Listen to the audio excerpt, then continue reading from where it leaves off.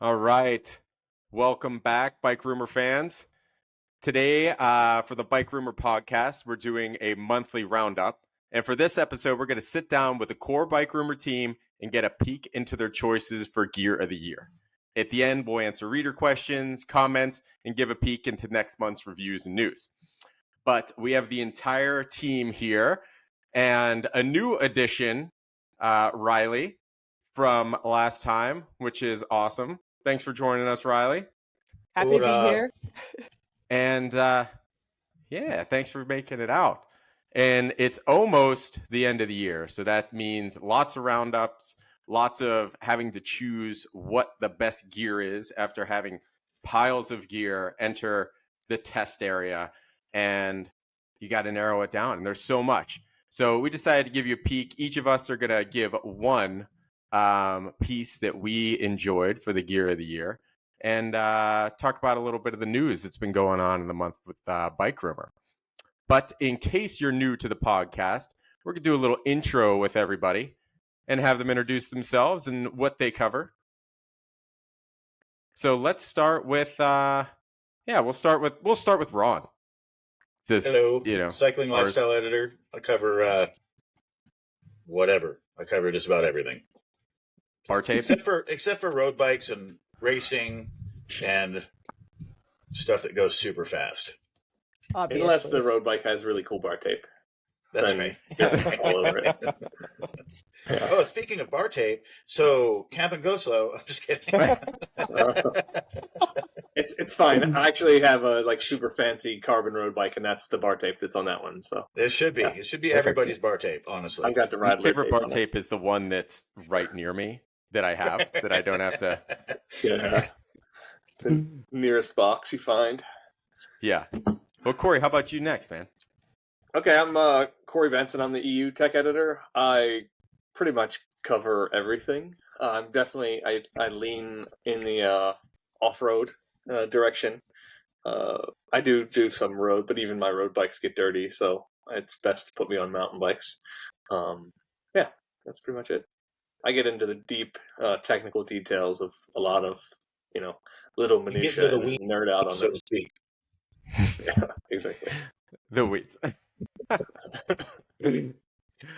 I'll go next. My name is Jordan Villela. I am the racing tech editor. I cover lots of the fast skin suit wearing stuff. I gravitate towards gravel, road, cyclocross, all those different things. And I love writing about all the different kind of bike news that comes out of bike racing. And I forgot to mention, if you're listening to this, there is also a companion video version where you can see everybody and all the things that we will be talking about. So if you're near a computer, we got bikes in the background, got Ron has like a half a bike in the corner. It's real cool. It's awesome. It's a full experience. So yeah. Cool. Riley, how about you? Oh no, Zach, go ahead. Sorry. No, Riley first. I like ping-ponged my way around. Yeah, I thought we were just gonna go in like counterclockwise or something, but no, Riley's not wrong. No rhyme or reason to what I wanted to do. Yeah, keep us on our toes. I'm Riley Marshall. I don't cover anything for BikeRumor. I actually work on our branded content team, working with our advertising partners. So if you have a problem with ads on the site, just forget that I exist.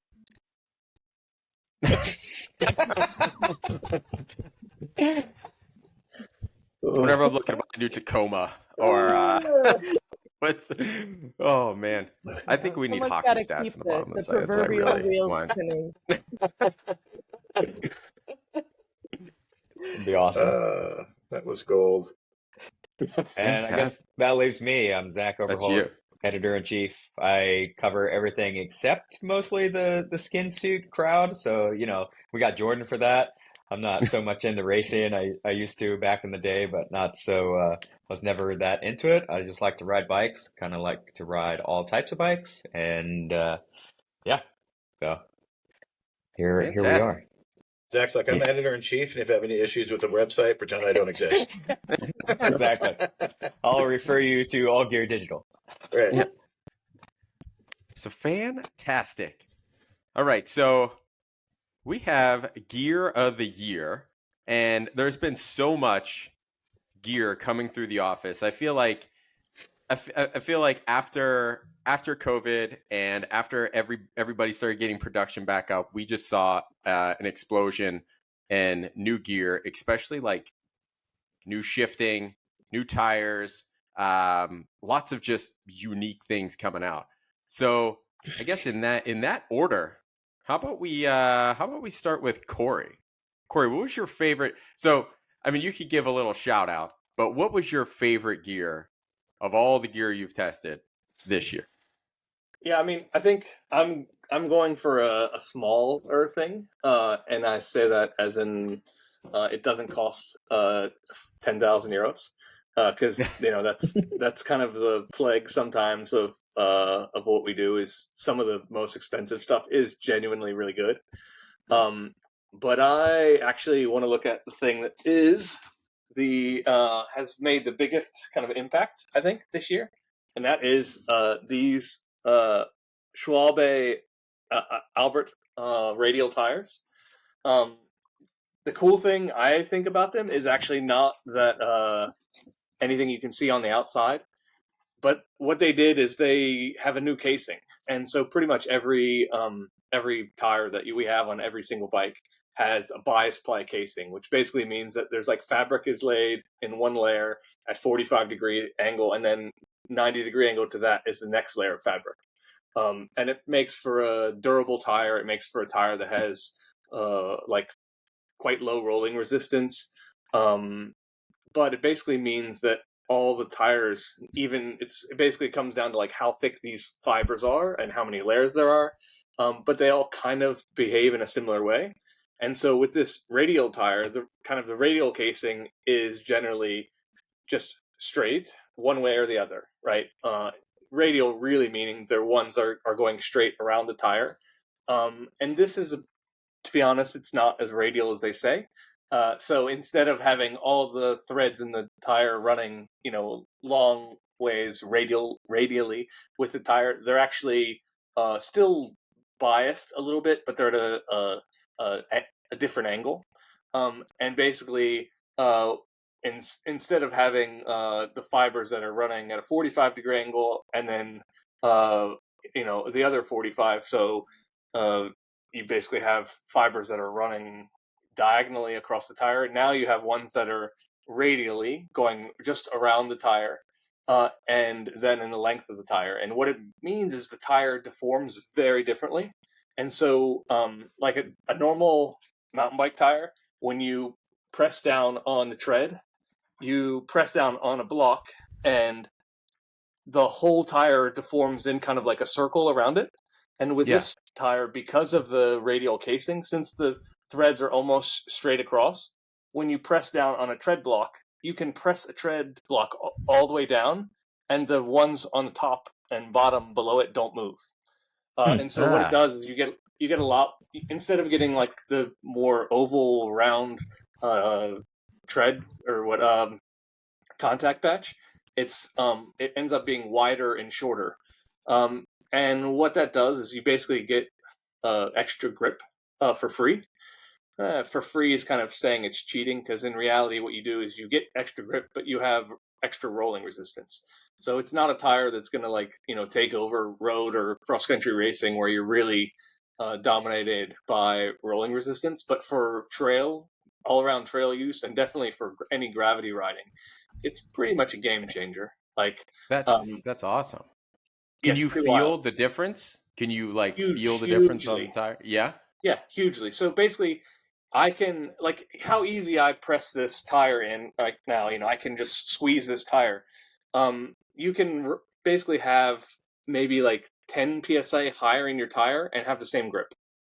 And so what really this made the biggest impact, it had some big impact in downhill racing, because the rider could have higher tire pressure, and so they didn't have to have a tire liner inside.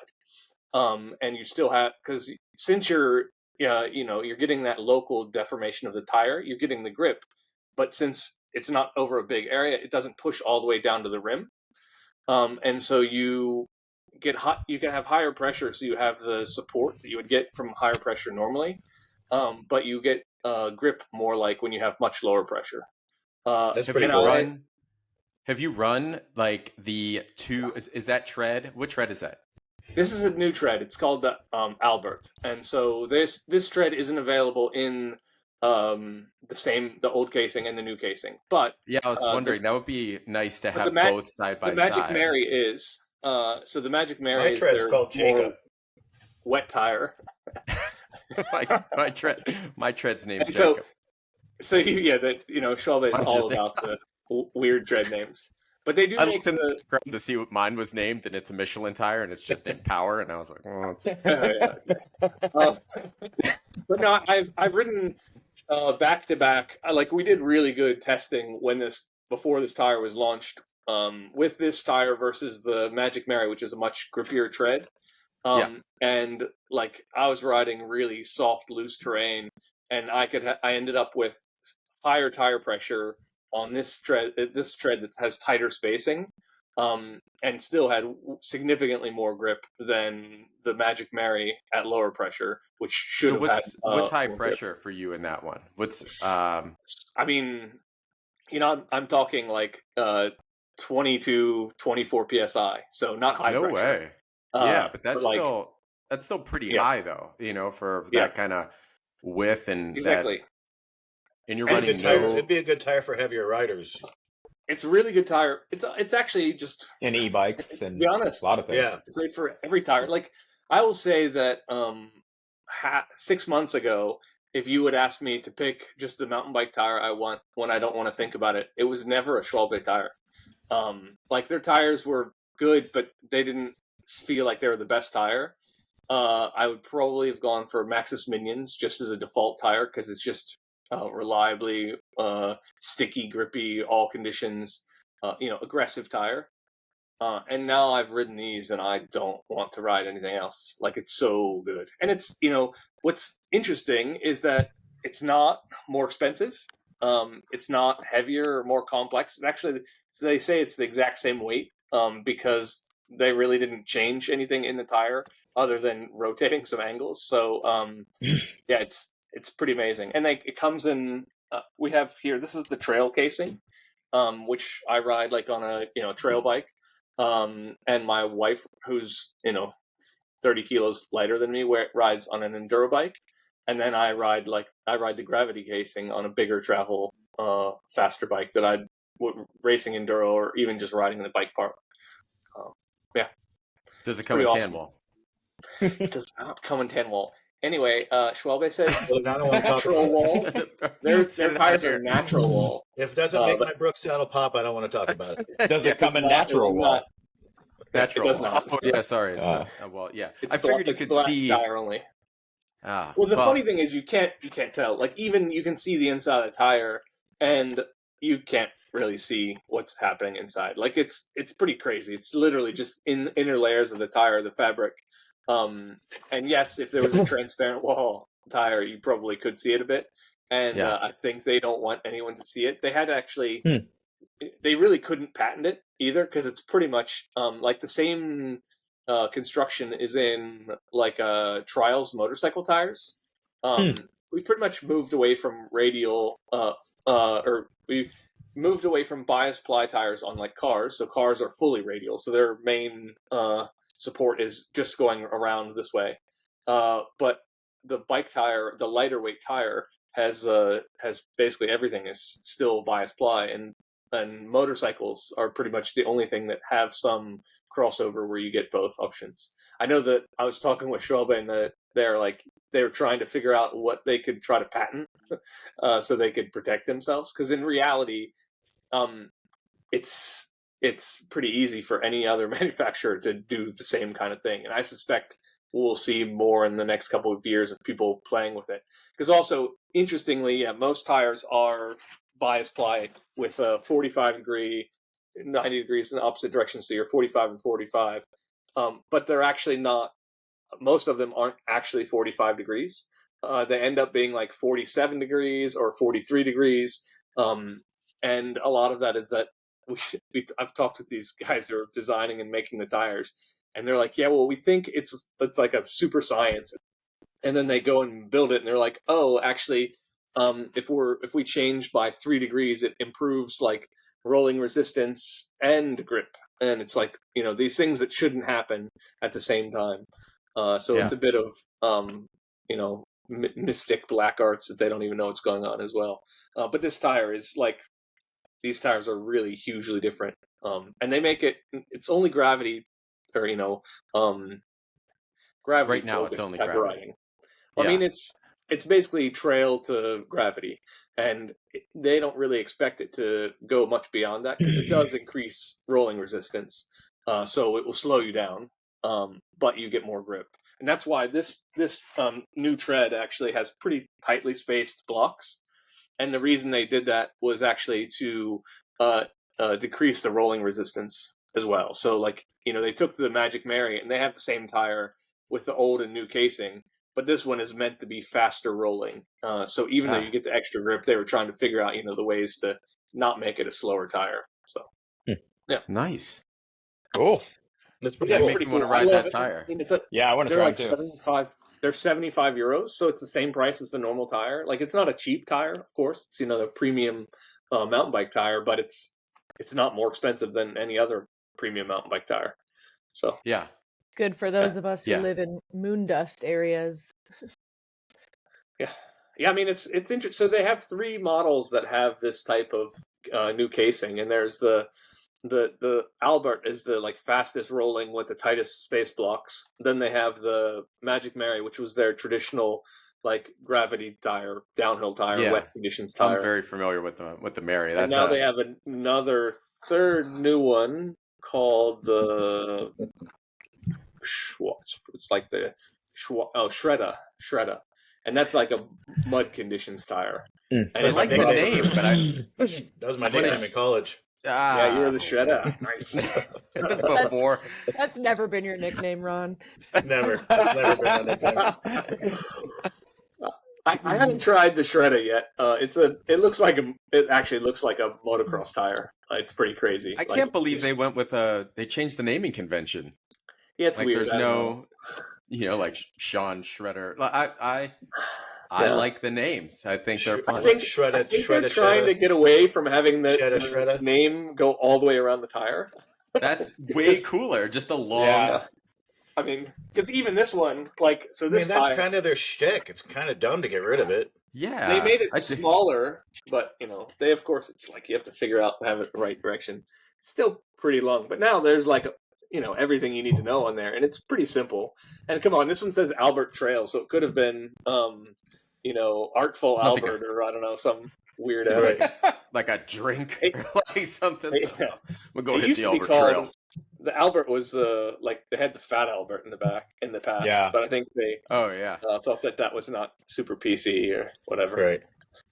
Albert Complete side note: these wheels are from this Belgian company, Erase, that has some really, really, really nice European-made hubs and custom-built wheels, and I'm reviewing them as well. Fantastic. They're really good. They're not the best thing that I've seen all year. They're just really good. Yeah. But, yeah. Awesome. Nice job. Thank you, Cory. I'm pretty psyched about those tires. So. Really? Yeah, I mean, it's pretty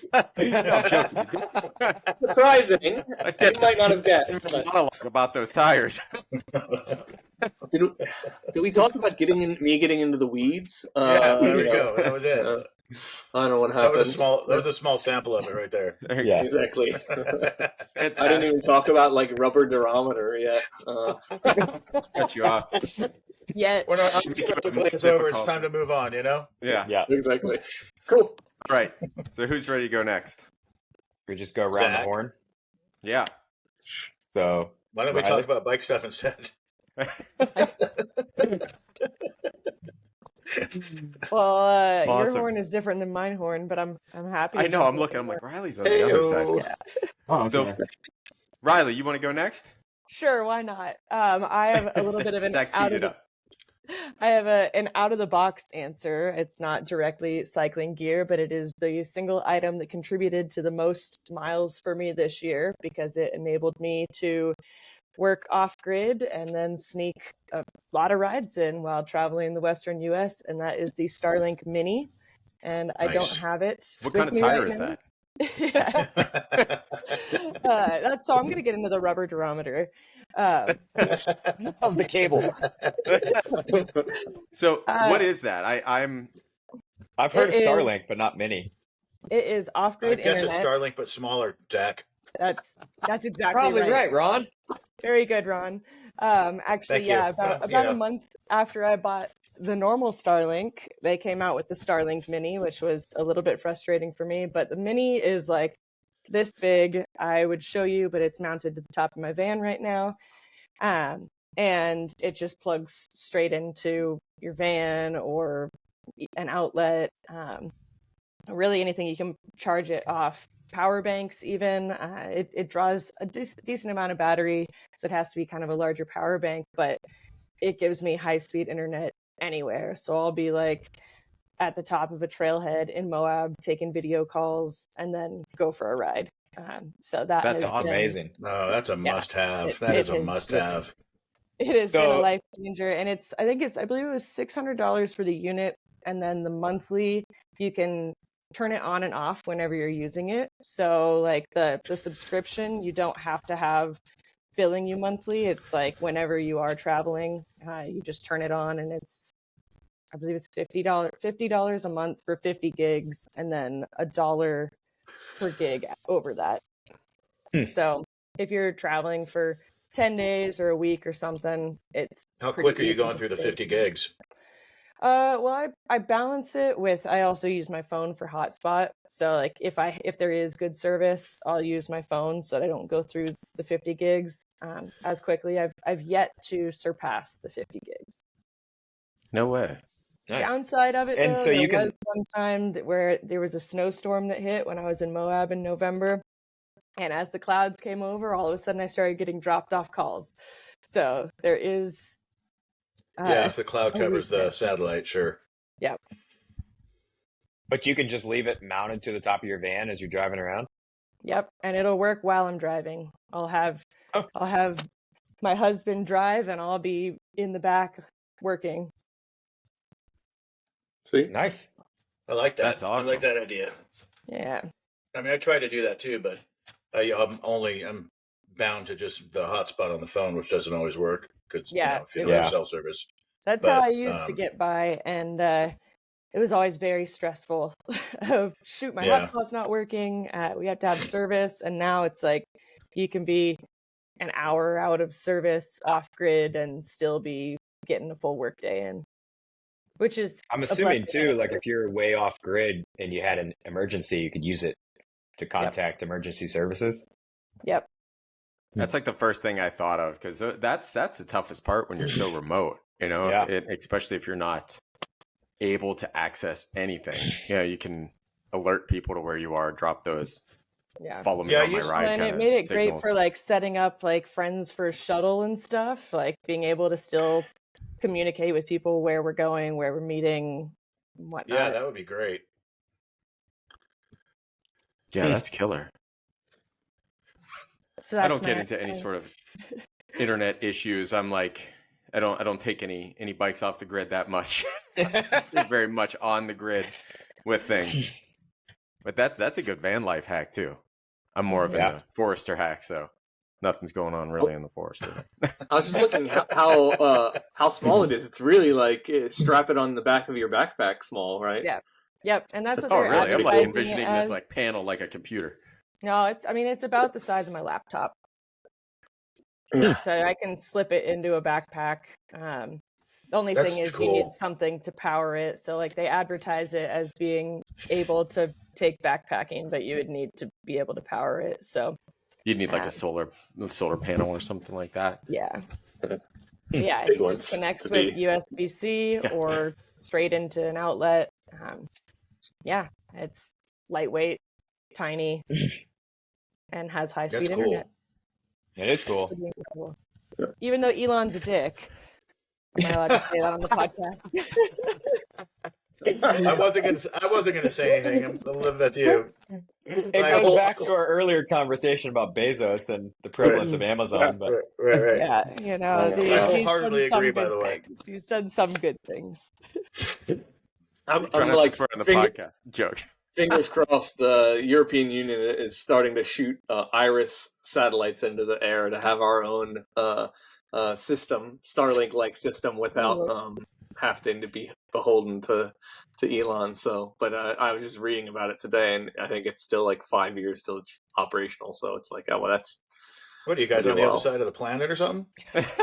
In fact, oddly enough, I think the satellites are just going around in circles. So, you know, maybe next year we won't lose Cory mid-podcast. We haven't lost him yet, so we're good. We're good. Yeah, that's why we had him go first. That's killer. Yeah, we had him go first because of that. Awesome. Well, Ron, what's your gear of the year? Can't you survive without this year? What is that? It looks like what is that? A door? It's a salsa candy canes. Black. Yeah, thorn. candy canes. Oh, I like my candy canes. Yeah, I do. I love it. My cycling caps. Festive. My nostril. Just kidding. So that's the salsa timberjack. No, that's the one you. Blackthorn. Blackthorn. Yeah. It's kind of a long story, but I reviewed the Moraine, their EMTB, and I gave that my editor's choice for best e mountain bike. Yeah, that bike rode great. The geometry was perfect. The suspension was great. It was like the perfect bike, and I wanted to buy it from them, and I wasn't able to, so I kind of forgot about it and was going over their website one day and saw this bike, which was basically the same exact bike, geometry-wise and travel-wise and suspension tech-wise, except it's not an e-bike. And they had a huge sale on one. I found a large and was able to purchase it. So that's my personal bike. And it's literally one of the best mountain bikes I've ever ridden. I mean, I know that sounds like hyperbole, and I've ridden a lot of bikes in my life, but that is probably my favorite, one of maybe the top 3 favorite mountain bikes of all time. It's a you just started bike. Getting back into mountain biking more heavily. Well, I've always mountain biked, but traditional mountain biking. Yeah. I've been riding a rigid mountain bike for probably close to 12 years. So you have that one with the what is it? The I like to call it the rigid Fox fork. Yeah, you got that rigid Fox fork on there with the. Oh yeah, my Gus Boots Wilson. Oh, that one, yeah, too. Yeah, but yeah, this one, it's insane. It's like I wrote in the article that it's making me shirk my work responsibilities because I go to ride one of my review bikes and I end up grabbing this one instead because I just can't stop riding it. That's awesome. That's the world of modern mountain biking. You know, you want to like ride the rigid stuff, or that was me for a long time, riding like single speeds and rigid. Right. And then you like get on a modern mountain bike that shifts well and that has all the suspension, and you're like, oh my God, this is amazing. It's so much easier, but it's so much more fun. And that's rad. So it's not an e-bike. What separates it from the crowd for you? For me, it's the geometry. It fits me perfectly, and to find a bike that fits perfect is not always easy to do.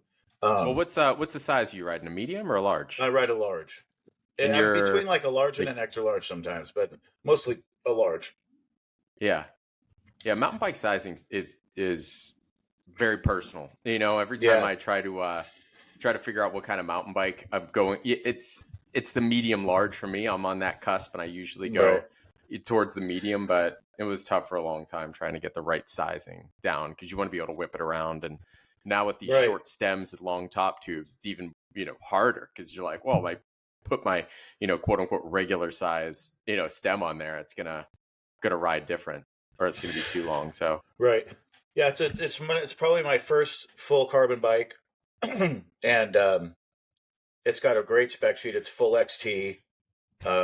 It's got an SLX rear cassette and SLX brakes. But other than that, it's all XT. It's got XT hubs, and it's a great bike. How'd you feel transferring to carbon? Did you feel like a poser or? No, it was. No, I did. Listen, I've been criticizing plastic bikes for quite a while. He used quotations there. Yeah, and I still I still think steel is my frame choice for everything else that I ride. But this thing weighs with it's a large with pedals, and it weighs a smidge under 34 pounds, which I thought was really light for that bike. Yeah. So, and I'm sure the carbon frame is the reason for that. So, the ride quality is so different too. Like steel has that fun feel, but when you get on a carbon bike and you really want it to push and perform and like really put that torque down, I think that's when I first started riding carbon bikes, it was apparent, you know, and now even going from different shaped carbon bikes, you can get that more snap out of it, that more. Yeah, I don't know if I'm feeling too much. Being a full suspension bike, I don't think I'm getting a lot of frame feedback on whether the carbon would work over a steel bike. But I've never ridden a steel full suspension bike other than maybe like an early GT RTS, but even those were aluminum. But I just dated myself so fucking hard right there. It's gonna come up at some point. Right. Might as well bring it up myself. But yeah, no, I've used to race downhill, and I'm not a stranger to full suspension. It's been a long break from it, but it's nice to be back. And this bike is a blast to ride. Like I'm ear to ear grin. Yeah, no more elastomer shocks. You know. But yeah, no, I love it. So yeah, that's my favorite in the world right now. Nice. Oh yeah, that's awesome. That's awesome. So, Zach, would you like to go? Between me and you. I mean, we can rock, paper, scissors, but. Sure. So, there's a lot of products this year that I have been very impressed with, and, you'll see all those in my final editor's choice post. But for today, I wanted to pick something that I was really impressed with, but also most surprised with. And that would be the SRAM Maven SLV or silver brakes that are on this RE e-bike behind me. And basically, like, I was just blown away by the performance of them. It's a pretty heavy bike. It's not a super heavy bike, but it's 42 pounds. That's an e-bike, right? Yeah, it's an e-bike. It's a Frazelle system, so it's a lighter weight e-bike. That's light for an e-bike, right? Yeah, it is pretty light, but it's still, that's at least 10 pounds heavier than my closest bike. And so this, the brakes on here, to put it bluntly, this is the first brake from SRAM that I would pay my own money to buy in a long time for the mountain bikes. That's killer. So it's, it's a 4-piston heavy duty brake. It's based on mineral oil, which is a departure for most of the SRAM brakes. It's Maxima mineral oil only, supposedly co-developed with SRAM for these brakes. And SRAM calls it the most powerful brake they've ever made by 50% more powerful than codes and 32% less force at the lever to get that same power of braking as a code. And so what you end up getting is, on an e-bike where you're going faster and it's heavier, you just have so much more control and you so much less hand fatigue. And it's like, this is what braking should feel like on an e-bike, or even, on a enduro bike or downhill bike or anything where you're going fast. I've got another e-bike in right now that's got, apples to apples, it's a very similar brake. It's a Tektro Gemini SL4. So it's a 4-piston mineral oil based brake. With both of them have 180 mil rotors, but they couldn't be more different in their performance and the stopping power. So it's just like, I want to buy these brakes and put them on that bike because I echo that. I think we had those same bikes when we went out with the RE crew before Sea Otter. Yeah. And they were awesome. Like, they were breakneck. Like, for me, I'm used to like cross country weenie brakes, and like I run a 140 in the rear, and that is more than enough, with the XTRs I was running. And these ones, it was like boom, like you really felt it. And it was nice because it made the bike feel less cumbersome. Like, it was easier to maneuver around. And I felt like I was on a bike that was, without calling it heavy, like I was on a more capable bike, and it felt like it was lighter than it was. Yeah. It didn't feel like I was having to like really pull the brake in to pull this big machine down to speed. And they were running much smaller rotors. I think they were running 180s on the ones that we were riding too. And I expected to see 220s or something like that, because especially the speeds you're traveling on some of those bikes downhill, it feels different. And the lever setup's pretty unique too, right? Like the actual like dial in, you could do a lot of customizations as far as like the lever feel. Yeah, it's still based on the swing link brake geometry, but yeah, it's got all the adjustments that SRAM brakes have, so you can really dial it in. And like basically when they first came out, that was one of the things that we wrote about. Steve wrote a review on the first set that we got. And SRAM actually states, you should use at least one smaller rotor size than you're expecting to on these brakes because they're so powerful. And that's, so on the other e-bike that I have that has 180s, I want to put 200s or 220s on that bike. So I kind of expected this one to be the same. And I got on it and I'm like, I don't need any more braking power on this bike. Oh, nice. And it's not like you're not sacrificing modulation either, because you get a lot of initial bite up front, but then the modulation is really easy to feather it in and to control your speed. And so to your point, Jordan, you can go faster into corners knowing that you can slow down with control and then get back on the power when you come out. So it makes you a faster rider all the way around. So yeah, it's cool to see that happening with e-bikes. Because I remember when the first XTs came out. Remember that XT? It was like the Silver Waves. And it was like, whoa, this is amazing. You could really late brake into corners, and it changed the way people were braking and racing and riding.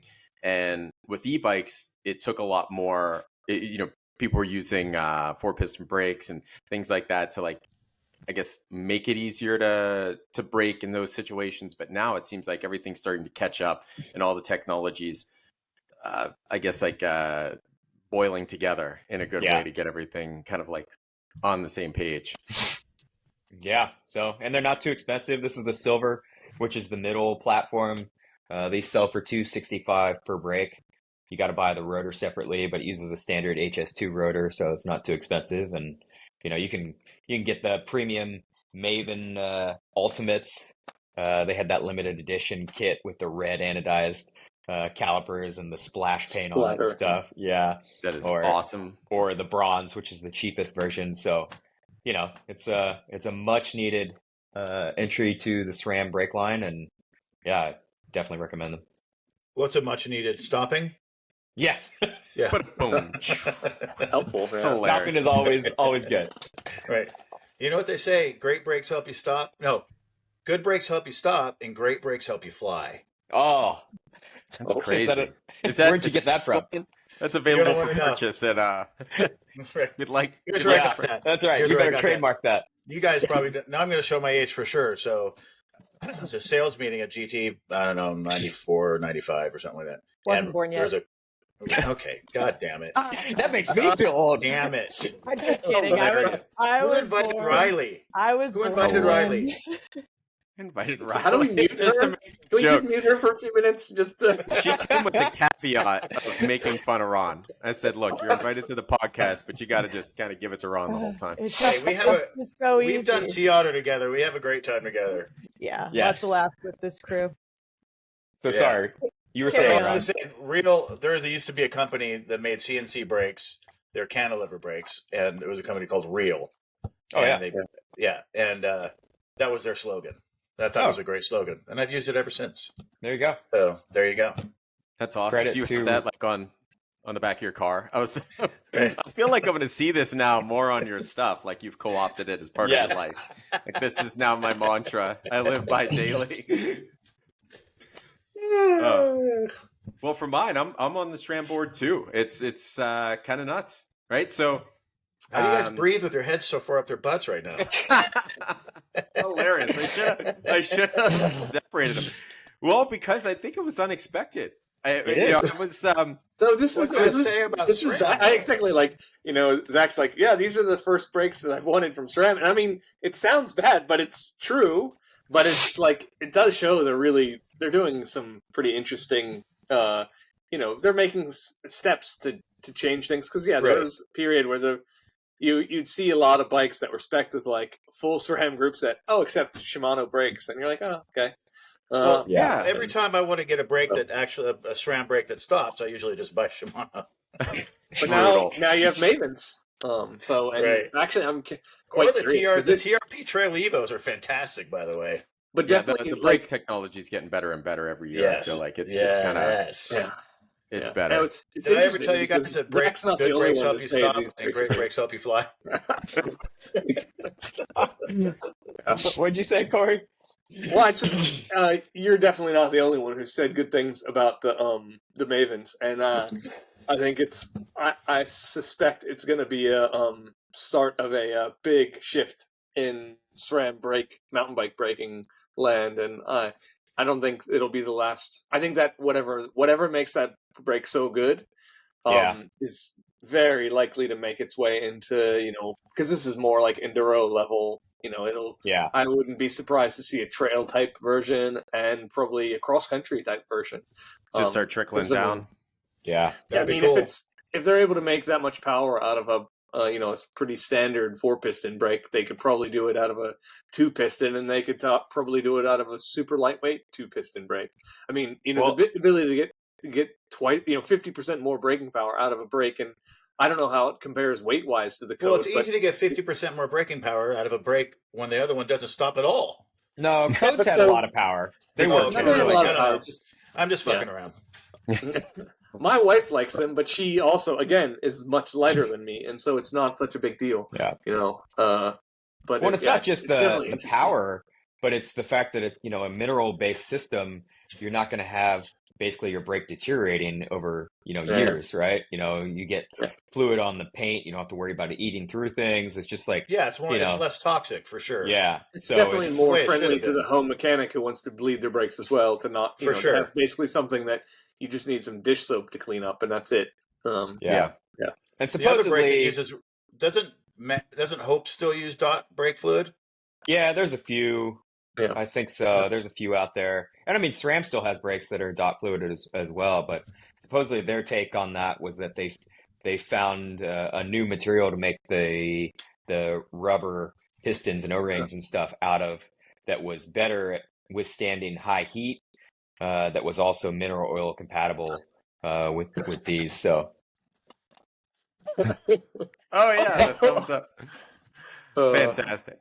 So on that same thread, I picked the SRAM Explorer group, and I was so impressed with the braking. So the new SRAM Red group for the road is awesome. I thought it was fantastic. The lever shape's killer. The braking is, it's like the Mavens. It's just so much better. You can one finger brake on everything. It's really easy to grab the entire lever and be able to shift and brake. Do a lot of different kind of like maneuvers with the bars. I keep turning around because I'm looking at it. I should probably just keep facing forward. Probably my favorite part. I mean, it's 13 speeds, so it's a totally different kind of setup than before. But it uses a lot. So it goes to 11. It's 11. It goes to 11 like 3 times, or 11 and 11 and then 11 again. So 3 11s. Right. It should have just made 11 that much louder, or 10 that much. Yeah, but this one goes to 11. Oh, these are all. They're not hitting. None of the Spinal Tap references. 311. They're all just not. I'm just not. Riley's lost. She has no idea what's going on here. Riley's I wasn't born yet. I don't know what time or year that was, but I'm sure I wasn't born yet. I don't know. So, yeah. And so the rear derailleur is based off of the SRAM Eagle line, and it's the transmission setup. So it's a little different in the way that it's mounting. It uses the SRAM UDH rear derailleur, and it is just such a clean system. I love how it shifts. I love how it feels. The battery gets good life. I mean, it's the same as the transmission line, but I was so impressed with it. The entire group set. It uses a different chainring system than before. Well, it's a single ring like the mountain bike setup for transmission, and I was just blown away by it, and I've beaten the hell out of it. I've taken it through a bunch of different cyclocross practices. gravel races, left it out in the rain on my on my bike rack, all the normal things that happen with a brake setup. But yeah, I was stoked. Has anybody else had a chance to ride it yet? No. It's because it's over here. Yeah. I had it for a little while actually on the newest Ridley gravel race bike. And what did you think? I mean, I was blown away. I thought it was amazing. It's definitely really nice. I mean, to be honest, the 13 speed irritates me because it means I can't swap wheels. And like it's ever since we talked we've about left that because you have Shimano, Campy, and SRAM. So I that mean, would be it. And I mean, I literally have bikes that have 10 speed Campagnolo up to 13 speed SRAM at the same time, and it's Not like, a normal of course, problem. I'm not riding them all. That's a norm. Right. No, I've thrown out. Well, not thrown out my 10 speed, but like it was to the point where I had so many cassettes I couldn't figure out which ones were used, which ones weren't, what was going on. So I needed to streamline things because there was. To be clear, this uses the same cassette body, an XDR. Yes, it's 100% the same thing. And so if you have an XDR wheel, you can swap. So it's not an issue of not being able to swap. It's just an issue of Cory having too many on drive 100%. Yeah, because this is the exact same as the XDR. And the cool thing is it uses all of that space, but the largest cog on the cassette is dome shaped and it goes over where the spokes are. So it doesn't need any extra space. It just kind of goes over, and it's very neat. I thought the jumps were perfect for most gravel racing. Yeah, it's definitely really smooth steps and a wide range of gearing. It's noticeably smoother. So the bike I was kind of comparing it to was with I guess a GX Eagle axis transmission. So it was the 12-speed mountain bike gearing, and the gear ratio, I don't know what the biggest one on that is, but I think the mountain bike side goes like 520% range, and this is like 380 or 400% or something. So it's a smaller overall range. It's definitely not like bikepacking, loaded bikepacking range, but the steps are really, really smooth. It definitely feels way more like you're riding a classic, road 2x group set with really, really tight spacing. And you can dial it in with the front ring. I like that a lot because I find myself bouncing in between the 42 and the 40 and kind of like going back and forth between those depending on like what the race is and what the what I'm riding. And it's easy. The only problem with that is you have to buy a specific SRAM tool that pulls that chain ring off. Yeah. But I mean, it's a neat idea. It's the one that spins on. You gotta. I'm sure you can make it if you were smart, but no, I'm not. And so I'd buy still, it. like one of my favorite things about all this SRAM axis setups is the fact of how easy they are to set up and change and do different stuff on. And like, I love the little remote shifters that you can just clip on. Like it's so nice, especially like I was blown away like how much I really like on a gravel bike to have shifters when you're riding on the tops, like nearby, basically on the inside of your bar tape, where you can just shift comfortably from a position where you're like super chill and relaxed. And it's really nice whether you're doing it from like a race perspective or trying to be like super more chill riding as well. So the new red shifters have a button on top now, like the Shimano ones. So you kind of hit that with your thumb. So it's nice and it's pronounced too, so you can really kind of feel it a little bit easier. And when you're in your like puppy paws position, you can Lots it up. I loved it. The wheels that came with it are a completely different story. Those were I mean, it's a very different kind of it was a different setup, but I was really pumped about it. But I think there's more to say online. Yeah, I want to try it. I've got that Pivot Vault in, and it was launched before your SRAM group launched. And so it's got an original, basically a mullet drivetrain with, I don't know what level they are, force axis shifters on the front, and then a transmission mountain bike derailleur on the back. And it's, a standard mountain bike cassette too. And the steps are a little bit too big. in spots for that bike. And I found myself thinking, man, I want closer steps and probably a slightly smaller cassette. And it's like exactly what that group offers. Yeah. So the transmission setup is nice too, because you can really feel how smooth the shifting is compared to the older versions, the different setup. So I dig that a lot. It's a cool looking rear derailleur too. It looks nice. So I'm wondering later on, hopefully it will trickle down and we'll start seeing more force and possibly some Axis stuff with it. But jury's out on that one, or at least I don't know. Yeah, we haven't seen the details of it yet, but it was definitely nice to see, like, this like Eagle Axis mullet stuff trickle down all the way to Apex level. Was that last summer? And so, I mean, that was a good sign that SRAM is willing to make some of that fancy electronic stuff much more at reasonable pricing. So that's cool.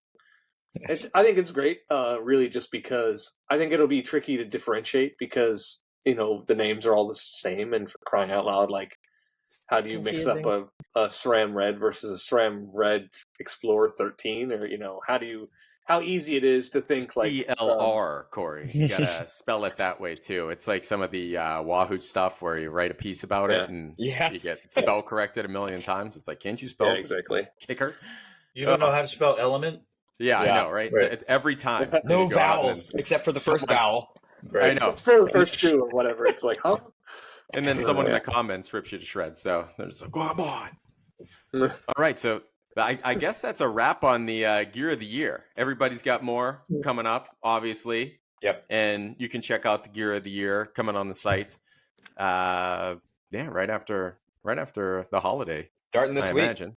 Yeah, starting this week. So yep. We'll have depending on when you're listening to this. Yeah, that first one going live tomorrow probably, and then look for them every couple days from here on out. So amazing. Yeah. Mine's done, by the way. Yep, I know, Ron. In the can, ready to go, Ron. Oh man! All right, fix all the typos first. Okay. Sing, burn, sing, burn. All right. So yeah, man, this is good. I can't believe we're at the end of the year. It's kind of crazy. So any parting statements? Anybody have any great vibes from the year they'd like to share? Anything that was overly amazing? This year has gone by so fast, especially like towards the end. It's for me, it's just been a blur. But time accelerates at the end of the year. It's like, I swear yesterday was October. Yeah, it went quick. Sounds correct. Yeah, I'm looking forward to snow biking. We had some like tease of good fat biking like 2 weeks ago, and then it got above freezing. Now it's just mud everywhere. So it's not very exciting. But I had some unintentional snow biking. I think we're gonna have a proper mud Christmas instead of brown Christmas instead of a white one. But then hopefully after that it'll get cold again. We get to play in the snow. So yeah. I don't think we're getting snow up here till early January. But I'd like to bring in a fat bike. I've never ridden in the snow before, so it'll be fun. You got to get it to have it. Yeah. So awesome. Well, thank you guys for coming out, and thanks for rounding us up here with us. And I guess if you want to see more of the Gear of the Year, go to BikeRumor.com. And you'll see everybody's full Gear of the Year lists there. And join us next month for another monthly roundup. Thanks. Bye. Thank you. Next time. Bye-bye. Bye. Yeah, take it easy.